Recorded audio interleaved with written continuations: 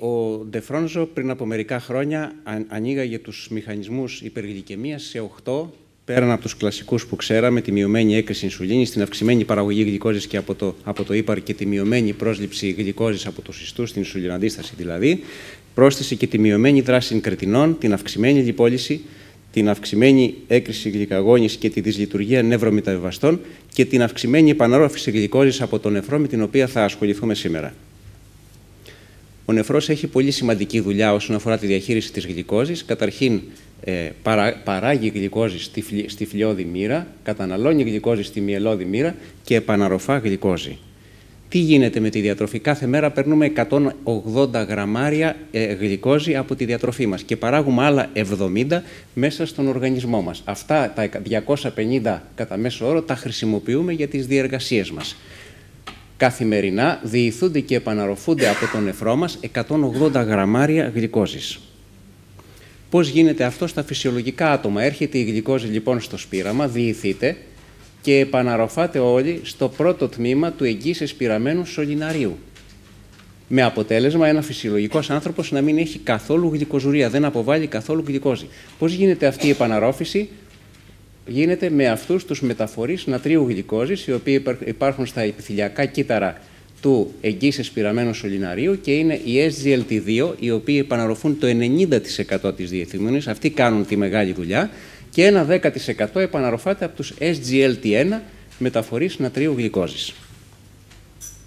Τι ακριβώς είναι αυτοί οι μεταφορείς? Είναι πρωτεΐνες οι οποίες βρίσκονται στη μεμβράνη των επιθυλιακών κυττάρων. Αυτός είναι ένας μεταφορέας, ο οποίος, επειδή υπάρχει η αντλία νατρίου καλίου και συνεχώς διώχνει νάτρια από το κύτταρο προς την κυκλοφορία, δημιουργεί μια ηλεκτροχημική διαφορά μέσα στο κύτταρο, με αποτέλεσμα να πρέπει να εισέλθει μέσα νάτριο. Αυτή τη δουλειά λοιπόν την κάνει ο μεταφορέας, βάζει νάτριο, αλλά έχει την ιδιότητα να συμμεταφέρει με ένα μόριο νατρίου και ένα μόριο γλυκόζης. Έτσι λοιπόν μπαίνει και η γλυκόζη μέσα, η οποία παθητικά μετά με το μεταφορέα γλυκόζης ξαναμπαίνει στην κυκλοφορία. Έτσι λοιπόν η γλυκόζη, η οποία έρχεται στο εγγύς εσπειραμένο, επαναρροφάται με αυτόν τον μεταφορέα πίσω στην κυκλοφορία του αίματος, ούτως ώστε να μην υπάρχει γλυκοζουρία. Ξέρουμε ότι υπάρχουν πολλοί τέτοιοι μεταφορείς, έχουμε ανακαλύψει αρκετούς στον οργανισμό μας. Οι δύο όμως που είδαμε προηγουμένως που υπάρχουν στο νεφρό είναι ο 1, ο οποίος όμως υπάρχει και στο έντερο, ενώ ο 2, ο οποίος κάνει την περισσότερη δουλειά, επαναρροφά το 90% της γλυκόζης, υπάρχει μόνο στο νεφρό και έτσι είναι κατάλληλος για να τον αναστείλει ένα φάρμακο, διότι η μόνη επίδραση του φαρμάκου θα είναι μόνο στο νεφρό. Αυτά γίνονται στα φυσιολογικά άτομα. Στο διαβήτη τύπου 2 σήμερα ξέρουμε ότι υπάρχει αυξημένη έκφραση, αυξημένο mRNA των SGLT2 μεταφορέων και στα διαβητικά άτομα, το οποίο σημαίνει αυξημένη επαναρρόφηση. Τα διαβητικά άτομα λοιπόν έχουν αυξημένη επαναρρόφηση γλυκόζης συγκριτικά προς τα φυσιολογικά. Και ξέρουμε ότι όταν έχουμε αυξημένη γλυκόζη στον οργανισμό, έχουμε μειωμένη λειτουργία του β-κυττάρου και αυτό έχει σαν αποτέλεσμα αυξημένη γλυκόζη και έτσι έναν φαύλο κύκλο που διαιωνίζει τη γλυκοτοξικότητα. Τι γίνεται στα φυσιολογικά άτομα? Θα θυμάστε από τη φυσιολογία. Για συγκέντρωση γλυκόζης στο αίμα μέχρι 180 έως 200 mg δεν έχουμε γλυκοζουρία, όπως είπαμε. Από εκεί και πάνω αρχίζουμε να έχουμε γλυκοζουρία. Στα διαβητικά άτομα υπάρχει αυξημένη επαναρρόφηση. Άρα λοιπόν αυτός ο ουδός απέκρισης είναι πιο πάνω. Για να δούμε γλυκοζουρία σε έναν διαβητικό, θα πρέπει να έχει ξεπεράσει το 240 mg/dl η συγκέντρωση της γλυκόζης στο αίμα. Αυτή η αυξημένη επαναρρόφηση οφείλεται σε αυτούς τους μεταφορείς που είδαμε προηγουμένως που υπάρχουν στο εγγύς εσπειραμένο σωληνάριο. Αν αναστείλουμε αυτούς τους μεταφορείς, κατεβάζουμε τον ουδό απέκρισης της γλυκόζης πολύ πιο χαμηλά, γύρω στο 90, και έτσι ουσιαστικά αποβάλλεται η υπερίσσια γλυκόζης και έτσι μειώνουμε την υπεργλυκαιμία. Υπήρχε ένας αναστολέας λοιπόν τέτοιος από πάρα πολύ παλιά, ήταν σαν αντισηπτικό φάρμακο στην αρχή, αλλά αυτός δεν ήταν εκλεκτικός, δρούσε και στον έναν και στον δύο μεταφορέα, είχε προβλήματα, η φλωριζίνη προερχόταν από τη ρίζα του δένδρου μιλιά και τελικώς δεν χρησιμοποιήθηκε σαν αντιδιαβητικό φάρμακο. Σήμερα, για να καταλάβετε το ενδιαφέρον της φαρμακοβιομηχανίας για αυτή την κατηγορία φαρμάκων, βλέπετε πόσα φάρμακα είναι έτοιμα για να κυκλοφορήσουν, ενώ ήδη στη χώρα μας κυκλοφορούν τα τρία πρώτα: η δαπαγλυφλοζίνη με το όνομα Φορσίγκα, η κάναγλυφλοζίνη με το όνομα Ινβοκάνα και η εμπαγλυφλοζίνη με το όνομα Ζάρντιανς. Τι κάνει λοιπόν η δαπαχλιφροζίνη, ήταν το πρώτο το οποίο κυκλοφόρησε από τους 3 εκπροσώπους, αναστέλει τους SGLT2 εκλεκτικά και επομένως δεν έχουμε επαναρρόφηση γλυκόζης, η γλυκόζη συνεχίζεται, ένα 10% συνεχίζει να επαναρροφάται από τους 1, αλλά όμως τελικά έχουμε γλυκοζουρία, αποβάλλεται γλυκόζη. Αυτό έχει ένα πλεονέκτημα. Ο μηχανισμός δράσεως αυτός δεν απαιτεί ινσουλίνη για να γίνει. Είναι ανεξάρτητος από την ύπαρξη ή όχι ινσουλίνης στον οργανισμό. Επιτυγχάνεται λοιπόν γλυκοζουρία της τάξεως περίπου 70 γραμμάρια τη μέρα κατά μέσο όρο, με αποτέλεσμα να έχουμε μείωση της γλυκόζης αίματος αφού αποβάλλεται γλυκόζη. Αποβάλλονται γύρω στις 280 με 300 χιλιοθερμίδες την ημέρα με την αποβολή αυτών των 70 γραμμαρίων γλυκόζης, με συνέπεια να έχουμε μείωση του βάρους σώματος και έχουμε και επίσης οσμωτική διούρηση μέσω της γλυκοζουρίας, γύρω στα 300 ml την ημέρα, με αποτέλεσμα να έχουμε και μείωση της αρτηριακής πίεσης. Έτσι λοιπόν έχουμε ρύθμιση της γλυκόζης του αίματος, μείωση του βάρους σώματος και μείωση της πίεσης. Η λέξη γλυκοζουρία δυστυχώς μας φέρνει κακές μνήμες στον οργανισμό, γιατί το έχουμε μάθει ότι είναι μία από τις εκδηλώσεις του διαβήτη και θα μπορούσε κανείς να πει ότι καλά είναι σωστό να προκαλέσουμε γλυκοζουρία σε έναν άνθρωπο. Υπάρχει αυτή η μετάλλαξη στο γονίδιο που ακριβώς παράγει τους SGLT2, η οποία λέγεται οικογενής νεφρική γλυκοζουρία. Θα έχετε ακούσει γι' αυτό, είναι σπάνια μεν, αλλά είναι άνθρωποι οι οποίοι έχουν αποβολή γλυκόζης κάθε μέρα γύρω στα 100 με 170 γραμμάρια στα ούρα. Αυτοί οι άνθρωποι είναι εντελώς φυσιολογικοί, έχουν φυσιολογικό προσδόκιμο επιβίωσης και η γλυκοζουρία δεν προκαλεί ούτε λοιμώξεις, ούτε νεφρική βλάβη, ούτε απολύτως τίποτα. Άρα λοιπόν έχουμε μία ένδειξη ότι η γλυκοζουρία αυτή καθ' αυτή δεν είναι επιβλαβής για τον άνθρωπο. Η δαπαχλιφροζίνη λοιπόν, που είδαμε ότι είναι ο πρώτος εκπρόσωπος της κατηγορίας που κυκλοφόρησε, προκαλεί όταν τη δώσουμε γλυκοζουρία. Μέσα στις πρώτες εβδομάδες κάνει ένα πλατό και η γλυκοζουρία αυτή συνεχίζεται επί 2 χρόνια που έχουμε παρακολουθήσει το φάρμακο. Αυτό έχει σαν αποτέλεσμα να έχουμε σταθερή μείωση της γλυκοζηλιωμένης. Είναι ένα φάρμακο που μειώνει αποτελεσματικά τη γλυκοζηλιωμένη είτε ως μονοθεραπεία είτε σαν συνδυασμός με άλλα αντιδιαβητικά φάρμακα τα οποία έχει δοκιμαστεί ήδη σήμερα. Και το ίδιο ισχύει και για τα άλλα 2 φάρμακα, και για την κάναγλυφροζίνη και για την εμπαγλυφροζίνη, μειώνουν αποτελεσματικά το ζάχαρο. Και μάλιστα δεν είναι ασθενή αντιδιαβητικά. Αντιθέτως, μπορεί να πει κανείς ότι όσο ψηλότερη γλυκοζηλιωμένη έχει ο άρρωστος στον οποίο θα δώσουμε το φάρμακο, τόσο μεγαλύτερο αποτέλεσμα. Βλέπετε, επιτύχαμε εδώ πέρα κοντά στο 2 μονάδες γλυκοζηλιωμένης αιμοσφαιρίνης μείωση σε αρρώστους οι οποίοι είχαν αρχική γλυκοζηλιωμένη γύρω στο 9.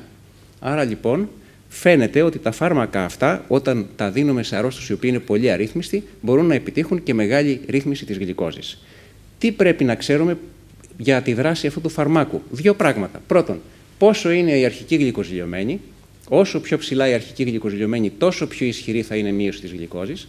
Και δεύτερον, τι νεφρική λειτουργία έχει αυτός ο άνθρωπος. Όσο πιο χαμηλός είναι ο ρυθμός της πειραματικής διήθησης, τόσο μικρότερη είναι και η δράση του φαρμάκου. Αυτό έχει σαν αποτέλεσμα τα φάρμακα αυτά να χάνουν τη λειτουργία τους στην περίπτωση να μειώνεται μάλλον η λειτουργία σε μέτρια έκδοση της νεφρικής λειτουργίας και έτσι για GFR κάτω του 60 μειώνεται η δράση τους. Παρ' όλα αυτά στην δαπαγλυφροζίνη για GFR μεταξύ 45 και 60 υπάρχει αυτή η μετανάλυση που δείχνει ότι το φάρμακο τα καταφέρνει, μειώνει και τη γλυκόζη και το βάρος σώματος και την πίεση. Το φάρμακο λοιπόν μειώνει τη γλυκοζηλιωμένη, βλέπετε εδώ συγκριτικά προς το πλασίμπο, μειώνει και διατηρείται αυτή η καλή ρύθμιση της γλυκόζης μέχρι και 2 χρόνια. Μειώνει και την μεταγευματική και την γλυκόζη νηστείας αποτελεσματικά. Επιπρόσθετα ωφέλη. Μείωση του βάρους σώματος μέσω της αποβολής των θερμίδων που είδαμε προηγουμένως. Πόσο μειώνει περίπου? Από 1,5 μέχρι 6 κιλά έχει παρατηρηθεί ότι μπορεί να προκαλέσει μείωση του βάρους σώματος. Κατά μέσο όρο γύρω στα 2 με 2,5 κιλά μπορούμε να πετύχουμε μείωση του βάρους και είδαμε πόσο σημαντικό είναι σε ένα διαβητικό να του δώσουμε ένα φάρμακο που να μειώνει το βάρος, ενώ στην πλειονότητα μέχρι σήμερα δίναμε φάρμακα που το αύξαναν το βάρος, όπως η ινσουλίνη και οι σουλφονιλουρίες. Η μείωση του βάρους σώματος τώρα και αυτή, όπως η καλή ρύθμιση της γλυκόζης, διατηρείται και αυτή στα 2 χρόνια. Και η μείωση αυτή θα μπορούσε κανείς να υποθέσει ότι οφείλεται στην οσμωτική διούρηση και δεν είναι αποτέλεσμα μείωσης του λίπους. Με μαγνητική τομογραφία, με DEXA που μελετήθηκε, φάνηκε ότι η μείωση αυτή οφείλεται κυρίως σε μείωση του λίπους. Άρα λοιπόν το φάρμακο αυτό αδυνατίζει. Ακούσαμε προηγουμένως ότι το σπλαχνικό λίπος είναι αυτό το οποίο περιέχει το μεγαλύτερο καρδιακό κίνδυνο και φαίνεται ότι το φάρμακο μειώνει περισσότερο το σπλαχνικό λίπος από ότι το υποδόριο λίπος.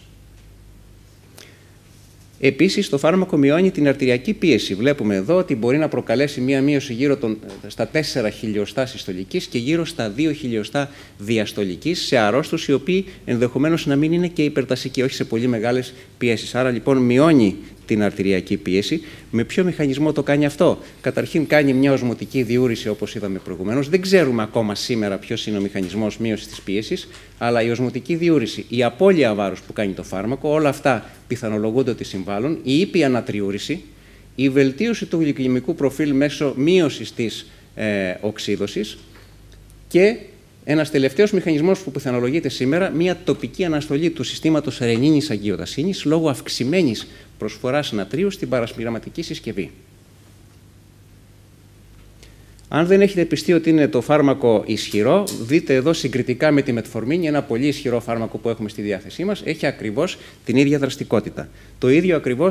Την ίδια δραστικότητα ακριβώς έχει με την σουλφονιλουρία, φάρμακα που ξέρουμε ότι μειώνουν δραστικά το ζάχαρο. Είναι λοιπόν το φάρμακο αποτελεσματικό και συγκριτικά προς τις σουλφονιλουρίες, δείτε ότι οι σουλφονιλουρίες μπορούν να προκαλέσουν 41% υπογλυκαιμίες, τα φάρμακα αυτά δεν προκαλούν υπογλυκαιμία.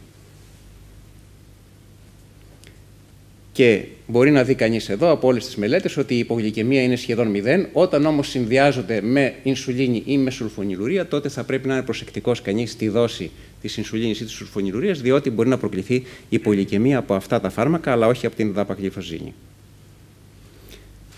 Ως προσθήκη στη μετφορμίνη. Εδώ έχουμε αποτελέσματα 4 ετών πλέον, τα μεγαλύτερα αποτελέσματα που έχουμε μέχρι σήμερα. Δείτε τι γίνεται όταν δώσουμε μετφορμίνη και σουλφονιλουρία, γλυπιζίδι. Βλέπουμε ότι η μείωση της γλυκόζης είναι πολύ γρηγορότερη και αποτελεσματικότερη από ό,τι όταν δώσουμε δαπαγλυφοζίνη με μετφορμίνη. Σιγά σιγά όμως μέσα στον πρώτο χρόνο εξισώνονται οι δύο συνδυασμοί φαρμάκων, οι δύο ομάδες, και η σουλφονιλουρία προκαλεί το φαινόμενο της δευτεροσπαθούς αστοχίας που ξέρουμε.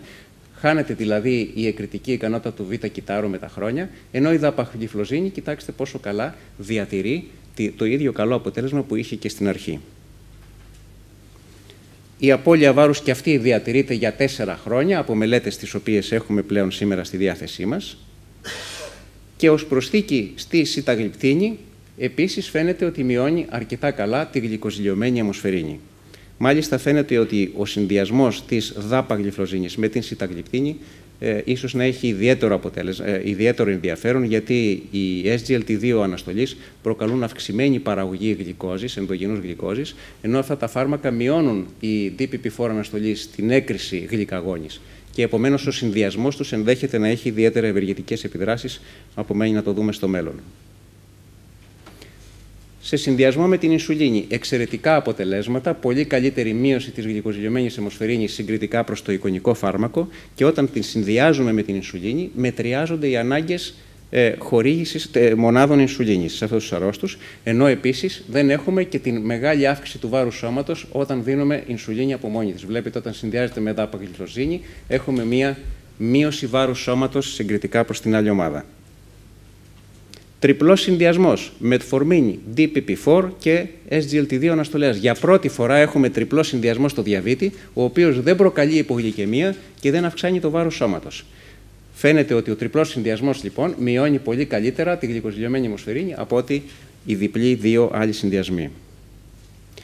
Είδαμε ότι η δράση της είναι ανεξάρτητη από την ύπαρξη ή όχι ινσουλίνης. Αυτό πιο σημαντικό πλεονέκτημα έχει. Μπορούμε να το δώσουμε με τα ίδια αποτελέσματα σε έναν διαβητικό νέο διαγνωστέντα ή σε έναν διαβητικό ο οποίος έχει διαβήτη 10 ή 12 χρόνια στην πλάτη του. Η μείωση της γλυκοζηλιωμένης αλλά και του βάρους σώματος σε έναν διαγνωστέντα ή σε έναν προχωρημένο σταδίο πάλι θα είναι το ίδιο αποτελεσματική. Υπάρχουν ήδη κλινικά δεδομένα τα οποία παρέχουν ενδείξεις ότι έχουμε διατήρηση του β' κυτάρου με αυτή τη θεραπεία και επίσης αύξηση της ευαισθησίας στην ινσουλίνη.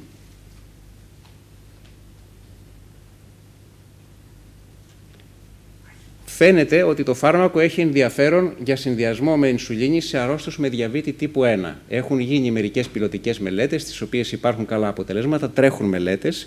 Ο ενθουσιασμός αυτός αναχαιτίστηκε λίγο, διότι παρατηρήθηκε ότι σε διαβητικούς τύπου 1 προκαλεί αυτή την ευγλυκαιμική διαβητική οξέωση, δηλαδή και τοξέωση διαβητική με γλυκόζη αίματος φυσιολογική ή ελαφρώς αυξημένη, όχι πολύ αυξημένη. Πράγμα το οποίο ήταν ύπουλο στην αρχή για να μπορέσει να το αναγνωρίσει ο κλινικός γιατρός. Όμως, από τη στιγμή που ξέρει κανείς ότι αυτό μπορεί να παρατηρηθεί, και αυτό παρατηρείται κυρίως σε αρρώστους με διαβήτη τύπου 1, στους οποίους παρουσιάστηκε και κάποιο άλλο νόσημα, μπορεί με αντιμετώπιση, με χορήγηση ινσουλίνης και χορήγηση υδατανθράκων να αντιμετωπιστεί το πρόβλημα εξαιρετικά καλά, χωρίς κανένα πρόβλημα. Είναι κάτι σπάνιο, είναι κάτι όμως το οποίο θα πρέπει να δώσει κανείς, και βέβαια το φάρμακο δόθηκε σε διαβητικούς τύπου 1 χωρίς να έχει ένδειξη ακόμα να δοθεί. Η επίδραση στα λιπίδα είναι σχεδόν μηδαμινή, αυξάνει λίγο την LDL και αυξάνει και την HDL. Ανεπιθύμητες ενέργειες. Οι υπογλυκαιμίες είπαμε ότι δεν προκαλεί. Ουρολιμόξης φαίνεται ότι ελαφρώς τις αυξάνει, αλλά δεν έχουν παρατηρηθεί σοβαρά επεισόδια πυρονεφρίτιδας σε αρρώστους, ούτε φαίνεται ότι είναι πολύ μεγάλη διαφορά, όπως μπορείτε να δείτε, προς το πλασίμπο. Εκείνο όμως που έχει μεγάλη διαφορά είναι οι λοιμώξεις των γεννητικών ημικητιάσεις των γεννητικών οργάνων, βαλανοποστίτιδα και ιδιοκολπίτιδα.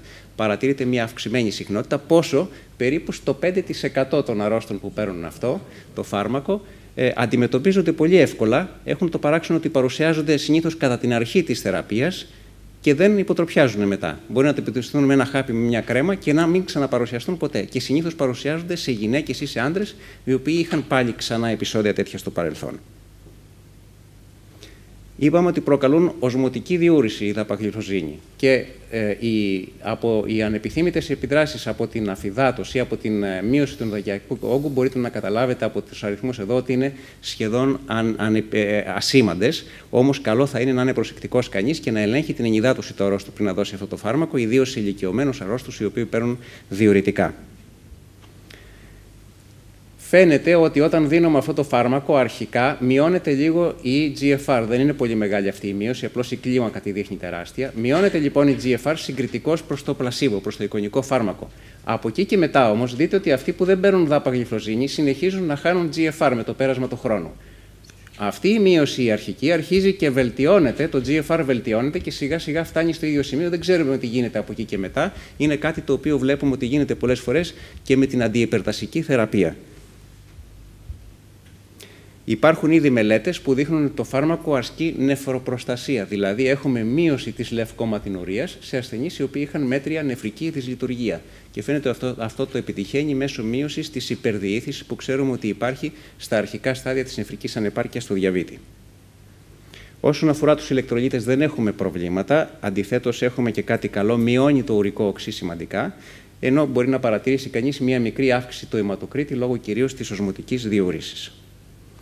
Καρδιαγγειακή ασφάλεια. Τα μέχρι τώρα δεδομένα των μελετών δείχνουν ότι το φάρμακο είναι ασφαλές και μάλιστα ενδεχομένως να μειώνει λίγο και τον καρδιαγγειακό κίνδυνο.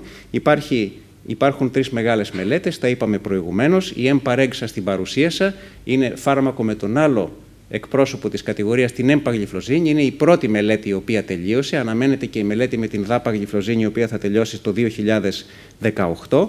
Και το 2017 η Κανβάς, οπότε θα έχουμε και άλλα αποτελέσματα. Η εμπαγλυφλοζίνη είδαμε ότι μείωσε κατά πολύ τον καρδιαγγειακό κίνδυνο σε αρρώστους διαβητικούς οι οποίοι είχαν ήδη καρδιαγγειακό νόσημα. Δεν χρειάζεται να το ξανασυζητήσουμε. Ποια είναι η θέση αυτών των φαρμάκων στη θεραπεία στις οδηγίες? Φαίνεται πλέον ότι κατέχουν τη δεύτερη θέση, ισοδύναμα μαζί με τα άλλα φάρμακα, μετά την θεραπεία με τη μετφορμίνη, η οποία είναι η βάση της θεραπείας. Πώς χορηγείται? Είναι πολύ εύκολο στη χορήγηση, 10 mg μία φορά την ημέρα, ανεξαρτήτως γευμάτων πριν ή μετά. Δεν χρειάζεται τιτλοποίηση το φάρμακο, μια και δεν έχει υπογλυκαιμίες και ανεπιθύμητες ιδιαίτερα ενέργειες. Μπορεί να χορηγηθεί είτε σαν μονοθεραπεία σε αρρώστιες που δεν μπορούν να πάρουν μετφορμίνη, είτε σαν συνδυασμό, συνδυάζεται εξαιρετικά με όλα τα υπόλοιπα αντιδιαβητικά φάρμακα. Συμπεράσματα λοιπόν. Η δαπαγλυφλοζίνη, ένας νεότερος εκπρόσωπος της καινούργιας αυτής κατηγορίας φαρμάκων, απομακρύνει την περίσσια γλυκόζης, προκαλεί γλυκοζουρία, ένας πρωτότυπος μηχανισμός ανεξάρτητος από την ινσουλίνη και έτσι κάνει το φάρμακο αυτό αποτελεσματικό σε όλα τα στάδια του διαβήτη. Το φάρμακο δεν προκαλεί υπογλυκαιμίες, είναι αποτελεσματικό είτε ως μονοθεραπεία είτε σε συνδυασμό με οποιοδήποτε άλλο αντιδιαβητικό. και έχει σαν επιπρόσθετα ωφέλη εκτός από τη ρύθμιση του ζαχάρου, τη μείωση του βάρους και τη μείωση της αρτηριακής πίεσης. Για πρώτη φορά έχουμε τριπλό συνδυασμό φαρμάκου χωρίς να προκαλούμε υπογλυκαιμίες και χωρίς να αυξάνουμε το βάρος σώματος. Είναι πολύ εύκολο στη χορήγηση και έχει γίνει εξαιρετικά καλά ανεκτό στις μελέτες χωρίς διακοπή της θεραπείας.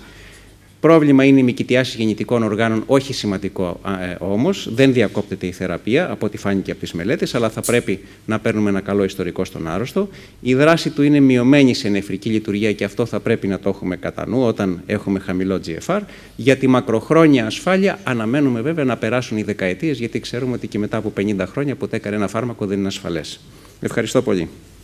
Ευχαριστούμε κύριε Αβραμόπουλο για την πολύ αναλυτική παρουσίαση.